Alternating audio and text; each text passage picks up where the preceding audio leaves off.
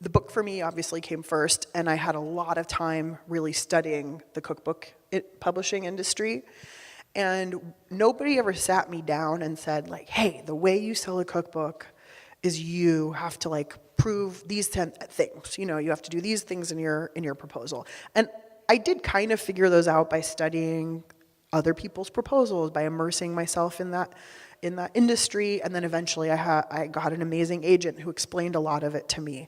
But somehow intuitively I understood that I wanted to write a book that didn't look like or do what all of the other books that have come before and have been massive bestsellers looked like or do.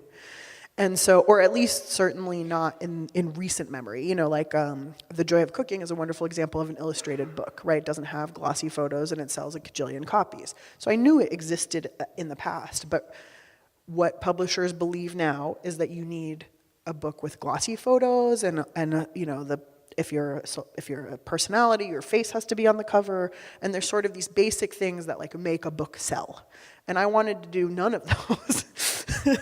And yet I believed so strongly in my idea. So I knew somehow, I couldn't have articulated it, but I knew that in order to sell that book, what I had to do was write a proposal that was so clear and achieved for the reader the feeling that I wanted my book eventually to achieve.